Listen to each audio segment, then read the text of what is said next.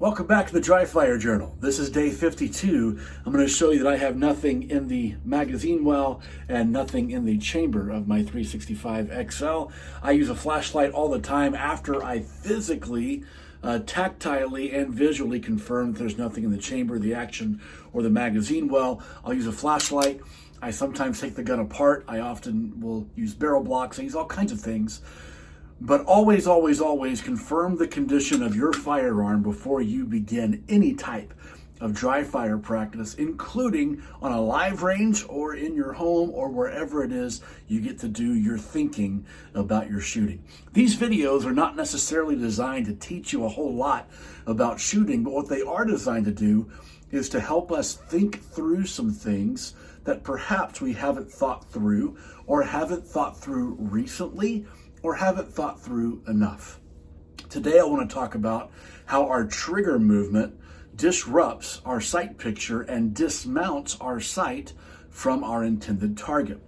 We've talked about this in previous videos where we understand that if we were to look at our front sight and then have our two hands meet quickly, our sights will always be disrupted when our hands meet. That's why we want our hands to meet early in the draw stroke and early to the presentation.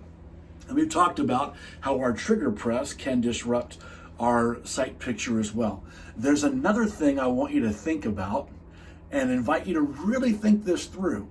Another time when our sights get disrupted is after we have fired our shot and there is recoil, and let's just assume that we have used our grip to have the firearm run entirely flat.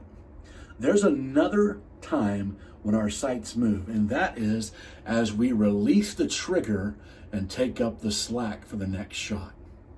I'm not talking about resetting. I'm talking about the action of firing my shot, the firearm cycles, and I release the trigger. I'm going to try to get this on camera. I release the trigger, try to maintain contact with it, take up the slack for the next shot. Watch what happens in my front sight if I press the trigger and then release it. See that movement? Have you ever looked at this on your own? I just press the trigger and I'm going to release it, show you my front sight. See the movement?